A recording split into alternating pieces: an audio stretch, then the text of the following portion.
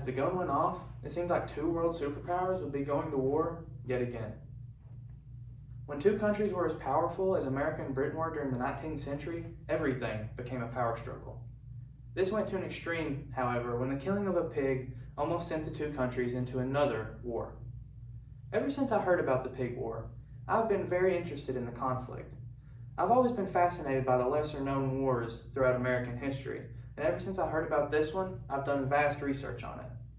There are 5 main parts of the Pig War, as listed in chronological order: the initial border dispute, American-British settlers on the island, the incident of the pig, military involvement on the island, and the end of the dispute.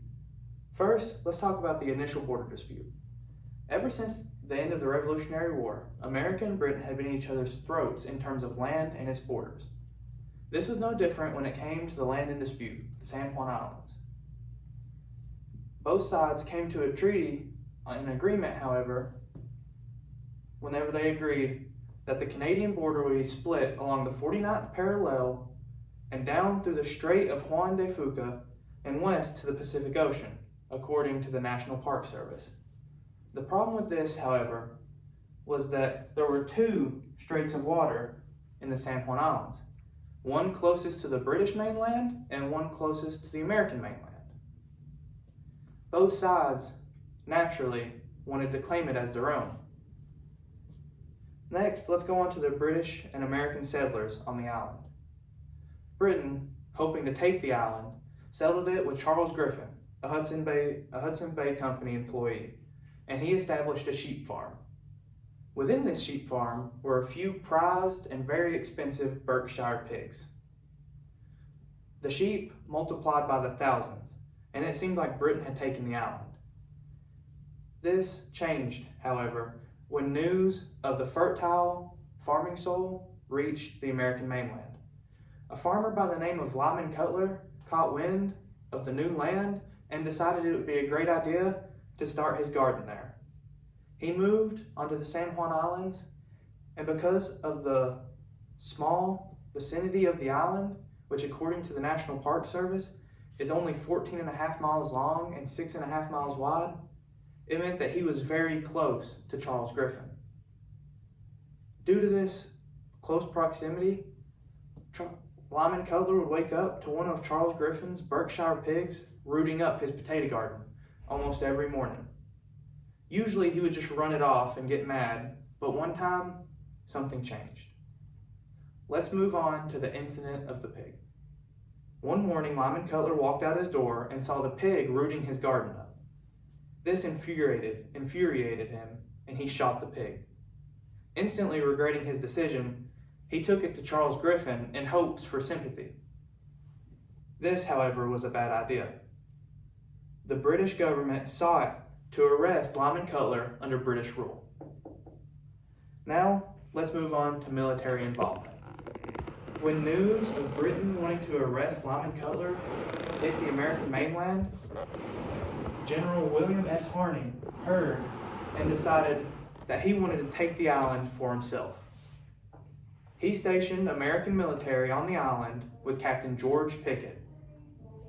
He hoped that by stationing troops there, he would scare the British off and would take the island along with glory for himself. This, however, reacted adversely with the British military. Governor James Douglas heard about America stationing troops on the island and ordered the British Royal Navy to surround the island and to fire if they made any move. If nothing was to change, 2 world superpowers could be involved in a catastrophic event. This was, however, until the commanding officer showed up.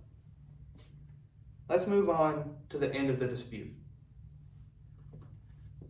Whenever the British Royal Navy had received orders to shoot at the American troops, James Douglas, commanding officer, showed up, Robert L. Baines, and according to the Canadian Encyclopedia, he said that he would not involve 2 great nations in the war over the squabble of a pig, and he was relocated to a different destination, and the British Royal Navy had lost their orders to shoot.